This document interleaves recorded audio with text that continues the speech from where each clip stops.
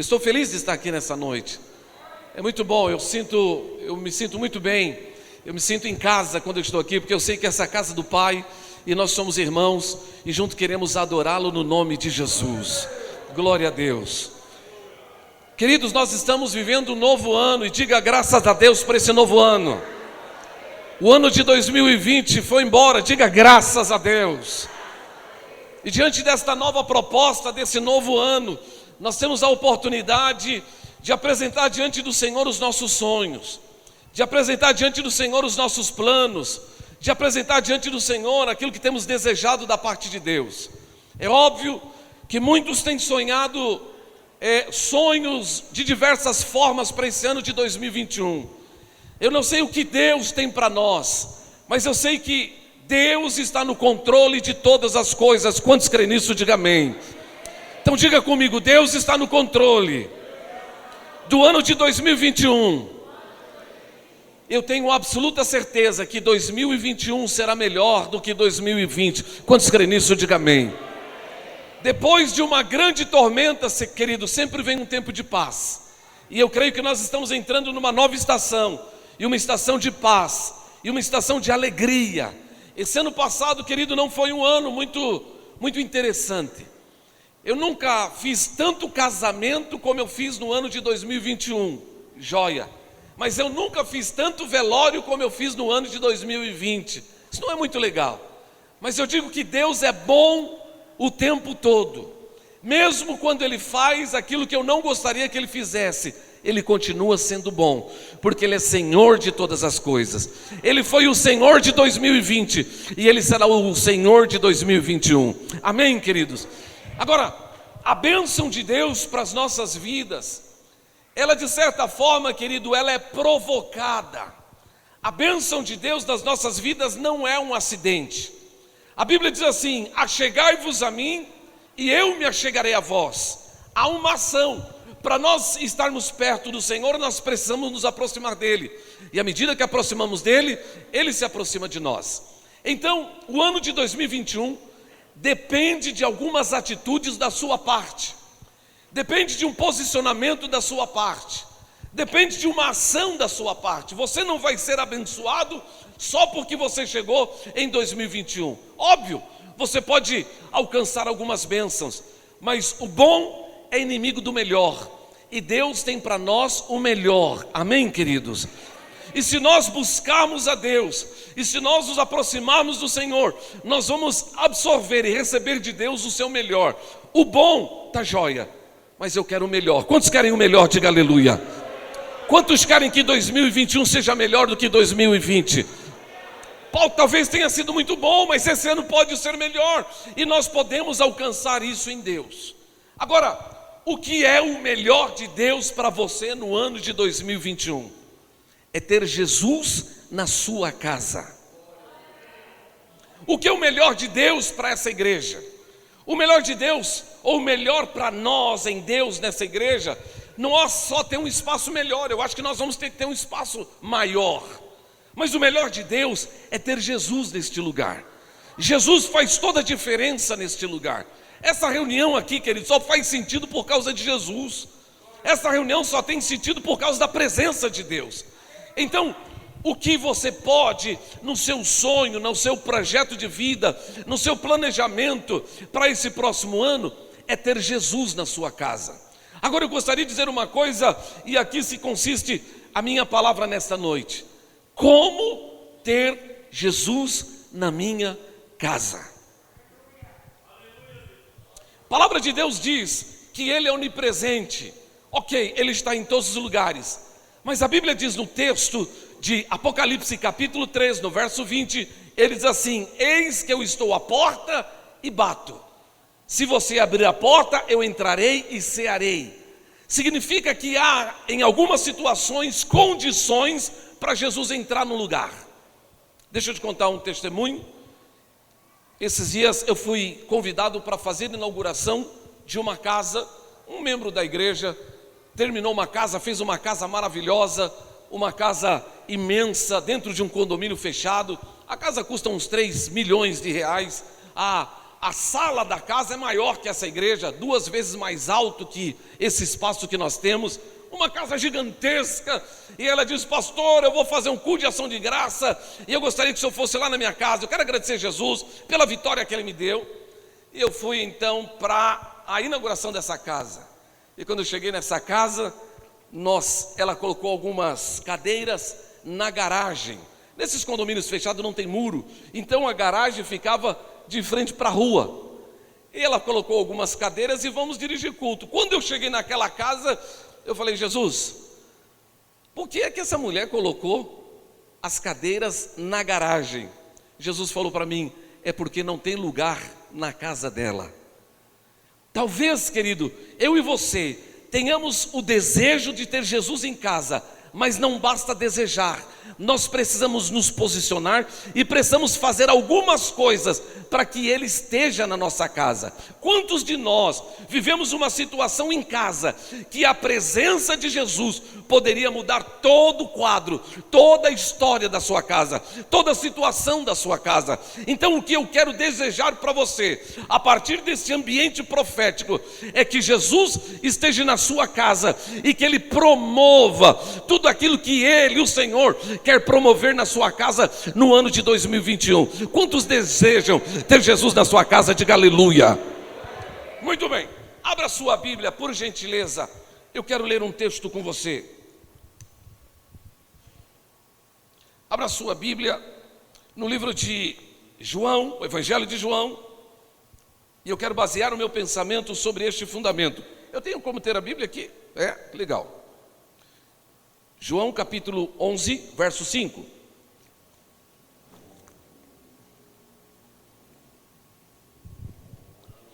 Livro de João, capítulo 11, versos 5. Olha o que diz o texto, querido. João capítulo 11, verso 5. Ora, Jesus amava a Marta, a sua irmã e a Lázaro. Olhe para mim. O que o versículo está dizendo? Jesus, quem? Ele tinha o quê? Ele amava. Em nenhum outro lugar na Bíblia você vai perceber Jesus ou a palavra manifestando o sentimento pessoal de Jesus para alguém. Em nenhum outro lugar você vai ver, senão de forma coletiva. Deus amou o mundo de tal maneira. Deus nos ama, amém. Mas aqui a Bíblia está dizendo que Jesus, ele tinha um sentimento específico por essa família. Jesus amava a Marta, a sua irmã Maria e a Lázaro. E a Bíblia diz que todas as vezes que Jesus passava pela região de Betânia, onde eles moravam, Jesus se hospedava na casa de Marta, na casa da sua irmã Maria e na casa de Lázaro. Eu quero te fazer uma pergunta nesta noite, querido. Óbvio que Jesus nos ama a todos, mas eu gostaria que você entendesse comigo que existe alguma coisa que chama a atenção de Jesus nessa casa, que fazia com que Jesus amasse essas pessoas e estava frequentemente nessa casa. A sua vitória, a vitória desta igreja, está em entender por que Jesus amava e quais os fundamentos que levavam Jesus para aquela casa.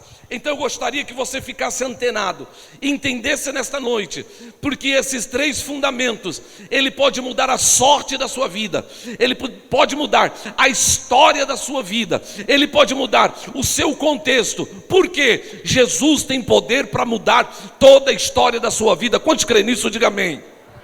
A Bíblia diz que não há coisa demasiadamente difícil para Deus. Bem, o que tinha nessa casa? Primeiro verso, abra para mim ainda, no livro de Lucas capítulo 10, verso 38, um texto bem conhecido, vai facilitar o entendimento. Algumas coisas precisamos entender sobre esse texto. Essas 3 pessoas que a Bíblia está mencionando são irmãos. Marta é a irmã mais velha, Maria, a sua irmã, e Lázaro, seu irmão. A casa aonde eles estavam, a casa era da Marta. A Bíblia diz em vários momentos que Jesus chegava e Marta, Jesus estava na casa da Marta. Então esta casa é a casa desta mulher chamada Marta. Lucas 10, verso 38. Você sabe o que significa a palavra Marta? Alguém sabe o que significa a palavra Marta? Tem alguma Marta aqui? Nenhuma Marta? A palavra Marta significa senhora, dona de casa. Nada mais que isso. A palavra Marta significa senhora, e ela era dona dessa casa, e agora eles recebem Jesus. Não tem jeito? Ok? Abra aí na sua Bíblia, por favor, Lucas capítulo, eu ia ler junto com vocês aqui, Lucas capítulo 10, se tiver gente, se abra para mim, 10:38, que me ajuda a esboçar o que eu vou dizer. Lucas 10, verso 38. Olha o que está dizendo o texto. Lucas 10, 38.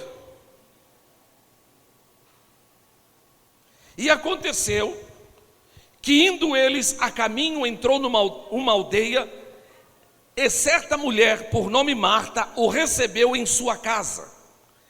E tinha esta uma irmã chamada Maria, o qual assentou-se aos pés de Jesus, e ouvia a sua palavra. Marta, porém, andava distraída em muitos serviços, e aproximando-se, disse: Senhor, não te importa que a minha irmã me deixe servir sozinha? E disse-lhe, pois, pede ela para que me ajude. O que respondeu Jesus? Marta, Marta, você está afadigada com muitas coisas, mas uma só é necessária, e Maria escolheu a boa parte, a qual não lhe será tirada. Diga comigo, amém. O que nós estamos vendo aqui, querido? Todos nós conhecemos a história. Deixa eu te colocar dentro desse ambiente. A Bíblia diz que Jesus chega na casa de Marta. E quando ele chega na casa de Marta, Marta se põe a fazer ali um almoço. A Bíblia diz que Jesus não estava sozinho, ele estava com os 12 discípulos. Então nós tínhamos uma mesa aonde tinha 12 discípulos, aonde tinha Jesus, aonde tinha a família de Marta, e ainda alguns convidados estavam ali. Aquela mulher estava fazendo o almoço e correndo muito, de um lado para o outro. E a Bíblia diz que quando ela está afadigada, ela olha para Maria, que está sentada aos pés de Jesus, e diz: Jesus, pede para essa mulher me ajudar. Você não está vendo, Senhor, que eu estou correndo aqui com o serviço? Pede para ela me ajudar. Jesus virou para Marta e disse: Marta, você está ansiosa com muita coisa, uma só é necessária. Essa mulher escolheu a boa parte. Olhe para mim, querido. Tem uma coisa que eu e você nós precisamos observar nesse texto.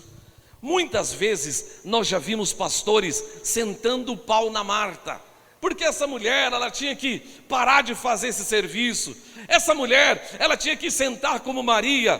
Queridos, hoje eu venho te dizer uma coisa que nós precisamos ter em casa. E se nós não tivermos em casa, se nós não tivermos aqui nessa igreja, não haverá uma manifestação da presença de Deus, porque isso faz parte do caráter da igreja. Primeira coisa, serviço. Diga comigo, serviço. Quando Jesus vira para aquela mulher, ele não disse para ela: para de fazer o que você está fazendo. Ele disse que ela estava afadigada.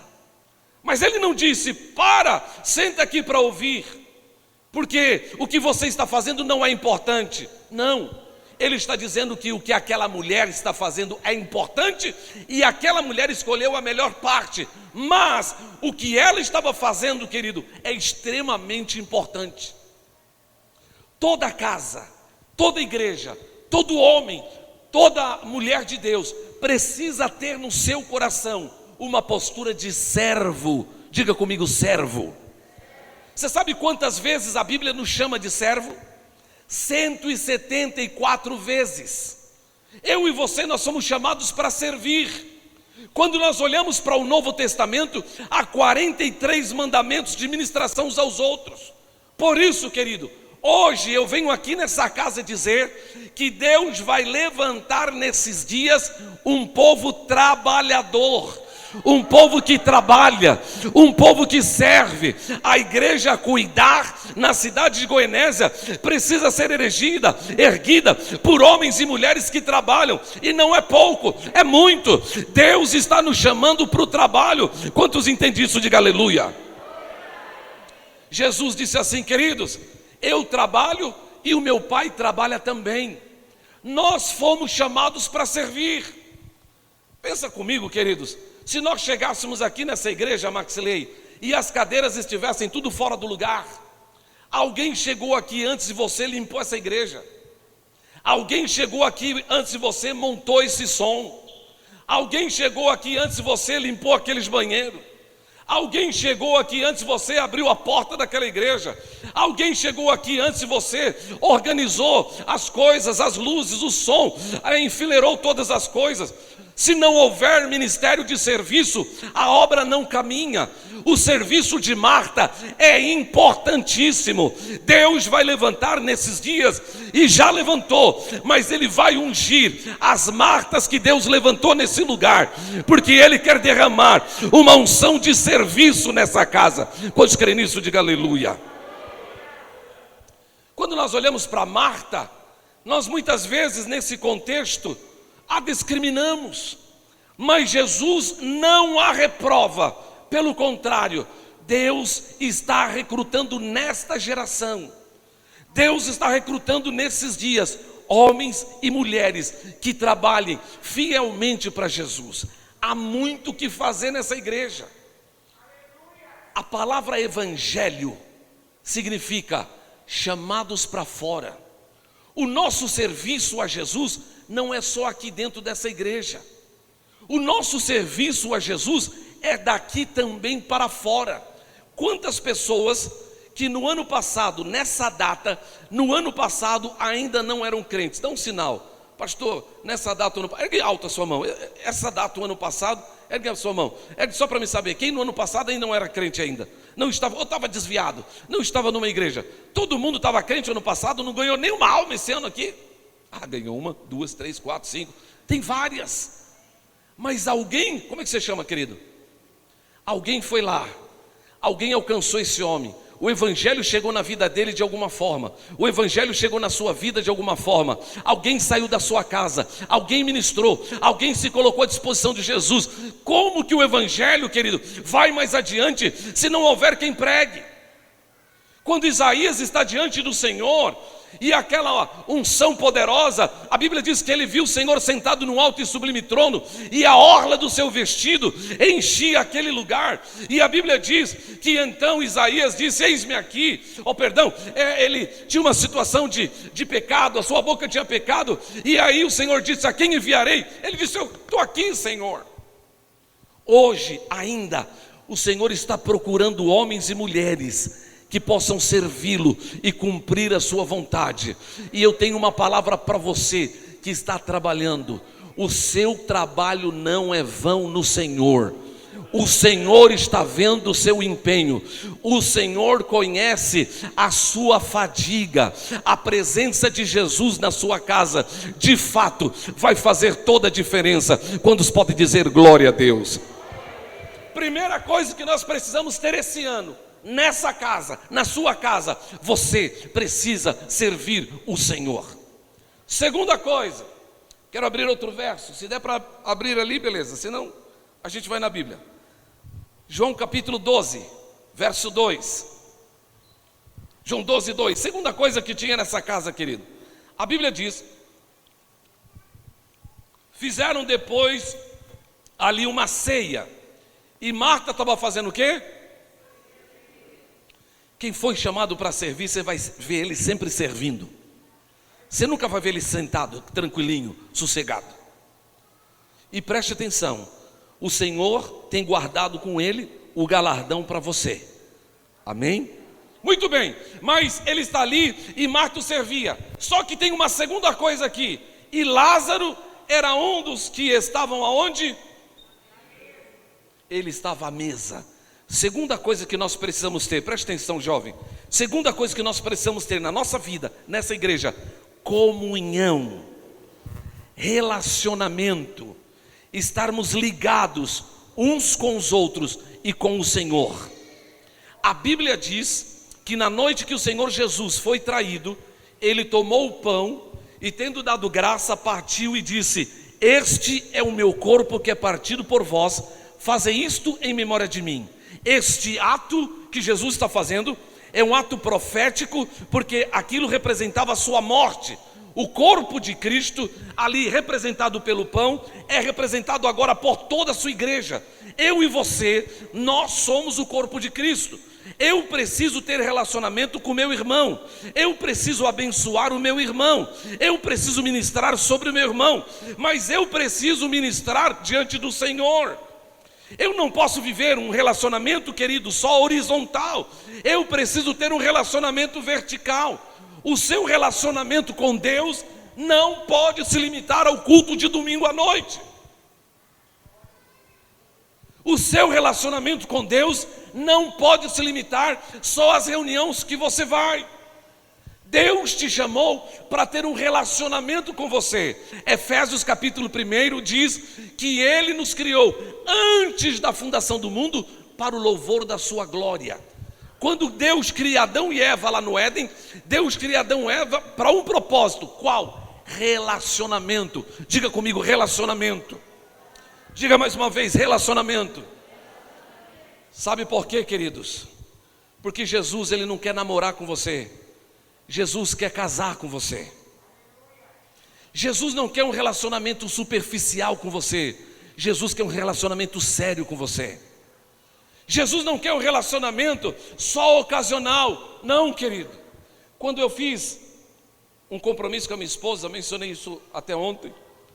Há 31 anos atrás, quando eu casei com a minha esposa, fiz um compromisso diante do altar. Eu prometo te amar, te respeitar na doença, na saúde, e etc e tal. Eu me comprometi. Esses últimos 31 anos, eu estou casado com ela 365 dias por ano, 24 horas por dia. Todos esses anos eu não deixei de ter compromisso com ela hora nenhuma.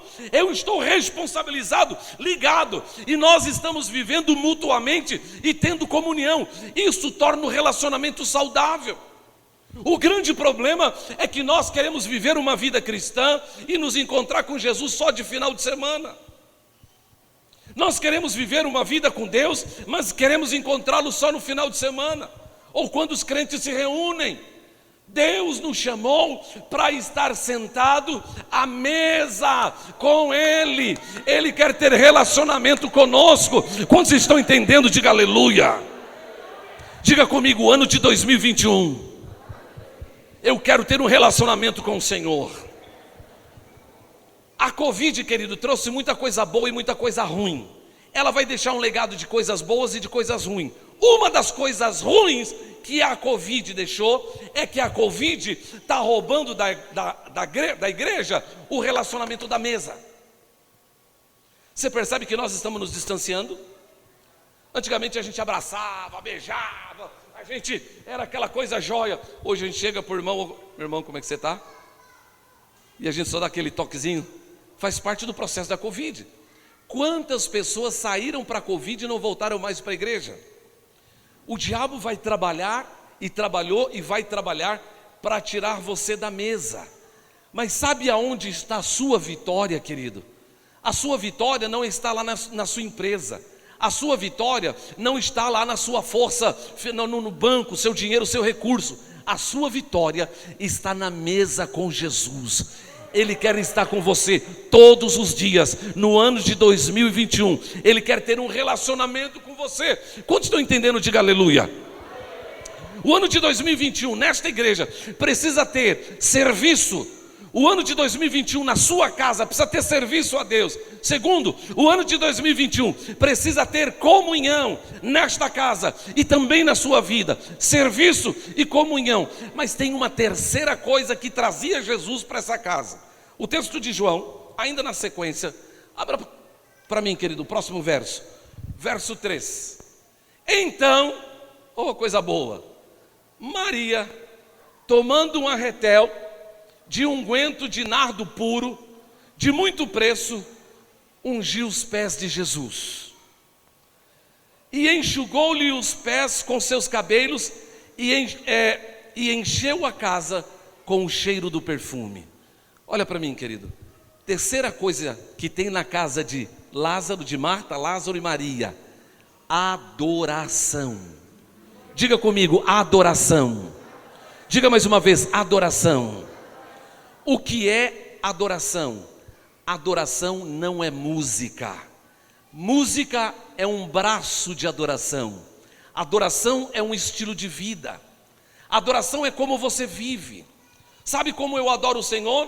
Paulo diz em Coríntios capítulo 11, verso 31: quer comais, quer bebais, quer façais qualquer coisa, façais tudo para a glória do Senhor. Quando Jesus é o Senhor da minha vida, eu venço a carne, e a minha luta contra a carne promove a adoração ao Senhor. Quando eu tenho um relacionamento e vivo uma vida de adoração, e eu sirvo um irmão, aquilo é a minha adoração. Quando eu chego na casa do Senhor e me prostro para adorar, isso é canto, isso é adoração. Mas a adoração é um estilo de vida que nós precisamos viver. E a Bíblia diz que quando Jesus chega na casa de Marta, Maria assenta aos pés de Jesus, e ela traz, querido, nesse dia, um perfume raríssimo, caríssimo. A Bíblia diz que esse perfume custava 300 denários. 300 denários, querido, era 300 dias de um trabalhador daqueles dias. Significa que hoje, numa conta de 100 reais por dia, ela trouxe um perfume de 15 mil reais. E o que ela fez? Ela derrama aos pés de Jesus. E à medida que ela derrama aos pés de Jesus, o perfume exalava naquela casa. A sua adoração precisa ir além de você. Ela precisa perfumar o ambiente que você vive. O seu estilo de vida vai perfumar o trabalho onde você vive.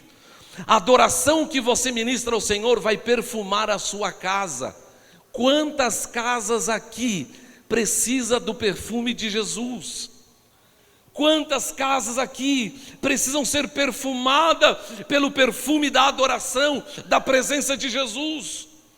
Agora só que tem uma coisa curiosa, querido, e eu preciso que você entenda. A Bíblia diz que ela trouxe um perfume, o preço era muito caro. Esse perfume, querido, ele era um nardo. E eu te pergunto nessa noite, por que essa mulher está guardando na sua casa um perfume que custa 15 mil reais, Maxley? Será que era para ir na igreja de domingo à noite? Será que era para se perfumar quando ela saísse? Negativo. Naquela época, a pessoa guardava ao longo da sua vida uma economia para comprar um perfume. E o perfume, o melhor perfume que ela pudesse comprar, e ela guardava. Para quê? Para o dia da sua morte. Porque a Bíblia diz que quando as pessoas morriam naquela época, eles embalsamavam e colocavam no corpo o perfume. Aquela mulher tinha um nardo na sua casa, porque aquele nardo representava a economia da sua vida e projetava para o dia da sua morte. Eu não sei se você lembra, quando Jesus morreu, a Bíblia diz que as mulheres saíram para comprar perfume para Jesus, para embalsamar o seu corpo. Aquela mulher tinha uma economia de muitos anos. Ela era uma mulher simples e ela guarda aquilo durante toda a sua vida. Só que agora, quando ela recebe Jesus na sua casa, ela pega o nardo e derrama aos pés de Jesus. Por quê, querido? Porque tudo que ela tinha, o melhor que ela tinha, a economia e expectativa da vida dela, ela estava agora depositando aos pés de Jesus. Eu preciso que nesta noite você entenda que a minha adoração significa oferecer o meu melhor para Deus. Eu quero te dar uma palavra-chave. Se você entender o que eu vou dizer agora, querido, isso pode mudar o contexto do seu ano de 2021. Você pode ter tudo de Deus, se Deus tiver tudo de você. Espera aí, vou repetir. Você pode ter tudo de Deus. O que você quer de Deus? Um monte de coisa. Você pode ter tudo de Deus, se Deus tiver tudo de você. A palavra de Deus diz: buscai o reino de Deus e a sua justiça, as demais coisas vos serão. Quais coisas? Todas. Deus tem prazer em abençoar os seus filhos. Minha irmã, preste atenção no que eu estou dizendo. Deus tem prazer em te abençoar. Há uma pessoa que está aqui nesta noite que orou dizendo: Deus esqueceu de mim, e se não, eu não estaria passando essa situação. Eu digo a você nesta noite que você pode ter tudo de Deus se Deus tiver tudo de você. O grande problema é que nós queremos adorar Jesus, mas nós não queremos dar tudo o que nós temos. Você quer o melhor de Deus, mas você quer oferecer o pior a Deus. Eu quero te chamar, querido, para você entrar no ano de 2021 e dar uma guinada na sua vida. E o que vai dar uma guinada na sua vida é a presença de Jesus na sua casa. Agora, a sua adoração é definida não pelo tanto que você canta, mas por aquilo que você oferece. O valor da sua adoração não é em espécime, mas é em propósito, mas é em se entregar. Porque quando nós olhamos para esse texto, esta mulher, ela deu tudo que ela tinha, o melhor que ela tinha, porque a sua expectativa não estava no governo. A sua expectativa não estava para a hora da morte, a sua expectativa estava em Jesus. Então, quando eu confio absolutamente tudo nele, eu coloco tudo nele. Olha que coisa interessante. Texto posterior, verso 4, por favor. Olha o que está dizendo o texto. João 12:4. Então um dos seus discípulos, Judas Iscariotes, filho de Simão, que havia de traí-lo, disse... O outro verso: por que não se vendeu esse unguento por 300 dinheiro ou 300 denário e não se deu aos pobres? Judas está aqui meio incomodado. Ele está dizendo: oh, que desperdício, essa mulher está oferecendo esse perfume de alto valor, derramando esse perfume caríssimo aos pés de Jesus, por que não deixou para dar para os pobres? O coração de Judas não estava no valor quem era Jesus. O valor de Judas estava nos seus próprios interesses. Olha o que a Bíblia diz no versículo próximo. Ora, ele disse isso não pelo cuidado que tivesse dos pobres, mas porque ele era ladrão, e tinha a bolsa e tirava dali e o lançava. O valor que Judas deu a Jesus não significava nada. O valor que aquela mulher deu a Jesus significava tudo, porque ela deu tudo o que ela tinha. Quantos estão entendendo? Diga amém. A minha pergunta nesta noite é: quanto você está disposto a derramar nos pés de Jesus?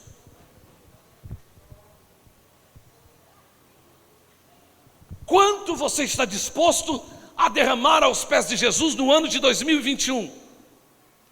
Quanto você quer ter dele? E eu não estou falando de dinheiro, eu estou falando de uma realidade de devoção, de adoração, de entrega, de serviço, de comunhão. Quanto você quer dar a ele? Porque quanto você der a ele, você vai provocar e você vai receber dele. Porque se ele tiver tudo de você, você terá tudo dele. Diga comigo, aleluia. Judas, ele então reprova essa atitude, e a Bíblia diz que Judas vendeu Jesus por quantas moedas, querido? Quantas moedas? 30. Quantas moedas essa mulher derrama no pé de Jesus? 300. Por quanto Jesus vende? Por quanto Judas vende Jesus?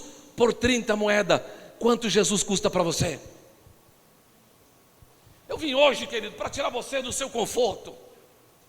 Eu vim hoje para te empurrar para o 21 melhor. Eu vim hoje para te abençoar, porque a sua vida não depende de você mesmo. O que eu vivo aqui depende daquilo que Deus quer, porque Ele é o soberano. Todas as coisas estão na mão do Senhor, Ele está no controle de todas as coisas. E o grande propósito nosso aqui é em atraí-lo para este lugar. Agora, quando Jesus vai estar nesse lugar, na sua vida, na sua casa, quando houver serviço, quando houver comunhão, quando houver adoração, Que tipo de adoração? Uma adoração plena, que entrega tudo. Amém. Esta é a introdução desta palavra, mas eu vou concluí-la em 3 minutos. Nós estamos numa campanha. O que você está colocando aí no seu projeto de vida? O que você... Tem um projeto? Tem um prospecto? Estão escrevendo? Não? É só projetando? O que você está projetando para esse ano? O que você está desejando da parte de Deus esse ano? Quando eu olho para esse texto, querido, eu olho para uma família que Jesus amava. Eu olho para uma família que Jesus amava, como lemos no texto de João. E a Bíblia diz que aconteceu uma coisa interessante. Lázaro, aquele que estava à mesa, ele adoeceu. E a Bíblia diz que a doença de Lázaro o levou à morte. Enquanto ele está doente, as suas irmãs mandam um recado para Jesus. Jesus, o seu amigo, que você ama, porque ele falou que amava eles. Olha que coisa curiosa. O seu amigo que você ama, ele está doente. E Jesus virou para as pessoas que estavam ali com ele e disse: não, ele já descansa, ele está dormindo. Eles não sabiam, mas Lázaro já tinha morrido. Quando Lázaro morre, 4 dias depois, Jesus então disse: vamos lá, eu vou visitar meu amigo Lázaro. Quando eles chegam na casa de Lázaro, ele está diante de um quadro curiosíssimo. Nós temos o óbito do amigo Lázaro, nós temos a família consternada, nós temos pessoas que estão ali porque são de certa forma chegados, e a irmã de Lázaro corre na direção de Jesus. Quem era a irmã que correu? Maria. E quando Maria corre, ela se debruça nos pés de Jesus. O verdadeiro adorador, ele adora no momento de alegria e no momento da tristeza. O verdadeiro adorador, ele se coloca prostrado, porque ele sabe que a sua vitória não está nele, mas a sua vitória está no Senhor. Sabe como é que você vai vencer 2021? Adorando o Senhor. Sabe como é que você vai vencer o ano de 2021? Servindo o Senhor. Sabe como é que você vai vencer o ano de 2021? Tendo comunhão com Deus. Quantos creem nisso? Diga aleluia. A presença de Jesus vem. Jesus chega naquela casa e a Bíblia diz que Jesus chora. A compaixão, o amor de Jesus por aquela família o levou a chorar, e ele chora por aquela condição, por ver os seus amigos. Eu preciso dizer uma coisa, isso é pessoal, a você, nessa noite: o Senhor se importa com seus problemas. O Senhor se importa com a sua necessidade. O Senhor se importa com as suas demandas. O mérito da questão não é as suas demandas, o mérito da questão é como você lida com ele. Porque se ele tiver tudo de mim, eu vou ter tudo dele. Ele chega naquela situação, Lázaro está morto, e ele diz: aonde o sepultaram? E a sua irmã agora, Marta, diz: Senhor, já faz 4 dias, ele está cheirando mal. Amados, não há situação difícil para Deus. Não há quadro que Deus não possa reverter. Não há nada impossível para o Senhor. Eu não sei qual é a sua necessidade, eu não sei qual é o pedido que você está fazendo, eu não sei qual é o milagre que você está clamando. Eu preciso que você entenda, isso é óbvio, não há coisa difícil para Deus. Deus pode mudar toda e qualquer circunstância. Se eu perguntar essa noite, obviamente nós vamos ver aqui, muitas pessoas aqui já experimentaram um milagre. O Deus do milagre de ontem, Ele é o Deus do milagre de hoje, e Ele será o Deus do milagre do amanhã. Quantos creem nisso ainda? Diga aleluia. Eles chegam naquela situação, pergunta: aonde está Lázaro? Levaram ele até o sepulcro, e ele então grita aquela frase célebre que nós conhecemos: tirai a pedra. Tem coisas que é para nós fazermos. Eles podiam tirar a pedra, mas tem coisa que é para ele fazer. Eles não podiam restaurá-lo e nem ressuscitá-lo, eles podiam tirar a pedra. Então, querido, começa pela fé, tira as pedras que te impedem de alcançar aquilo que Deus tem para a sua vida. Aleluia. começa a remover as pedras da incredulidade. Eu não sei se você está entendendo. Hoje nós vamos ver milagres aqui. Hoje nós vamos ver prodígios neste lugar. O hoje que eu estou dizendo é o hoje profético de Deus. Deus vai fazer coisas preciosas nesta casa. Mas é preciso que as pedras que impedem de nós vermos e experimentarmos o milagre, elas precisam ser retiradas. E ele então agora diz: tirai a pedra. Eles tiram a pedra. E ele grita: Lázaro, sai para fora.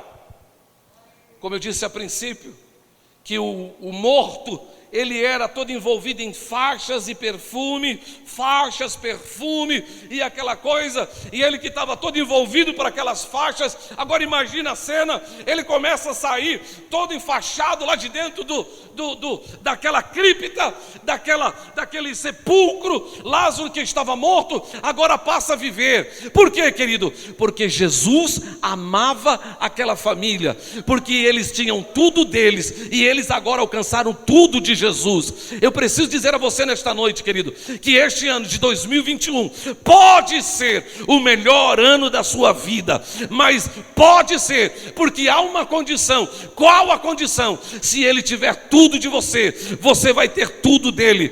Todos os textos estão condicionados, os versos que têm uma promessa estão condicionados. Por quê, querido? Porque ele quer nos abençoar, mas eu preciso tirar a pedra, eu preciso dar um passo, eu preciso servir, eu preciso ter comunhão, eu preciso adorar. Isso vai atrair a presença de Deus, e ele neste lugar vai cumprir todo o propósito do seu coração e satisfazer os sonhos do seu coração. Quantos entendem o que eu estou dizendo? Diga aleluia. Finish.